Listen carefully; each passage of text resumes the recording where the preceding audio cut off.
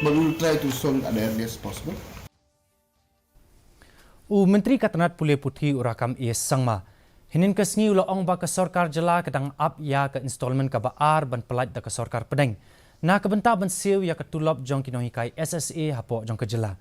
Usangma ula ong ba usembut menteri rang ba ke Jylla ba prestun tinsong ula lum jingelang bat ke kinhun Meghalaya Sarva Shiksha Abhiyan Schools Association. Ula ong ba ha ke jingelang layak ren sani bha halor ki katu ke ni kimat bla pinsngau da ke kinhun ba kintop ya ke jing Pyllait Jong ke Tulop bat ki area basa teng jongki.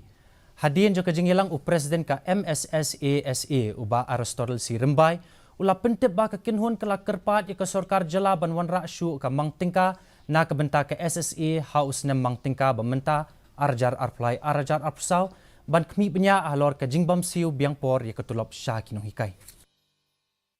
No, the issue mostly for regular release of the salary and pending area, all these things. So we have told them that we are on off.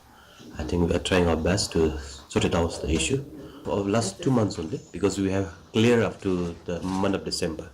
We are awaited the ministry to release, and next 15 days I think we'll come to know. I think we are expecting soon to release the second installment from the ministry within this month.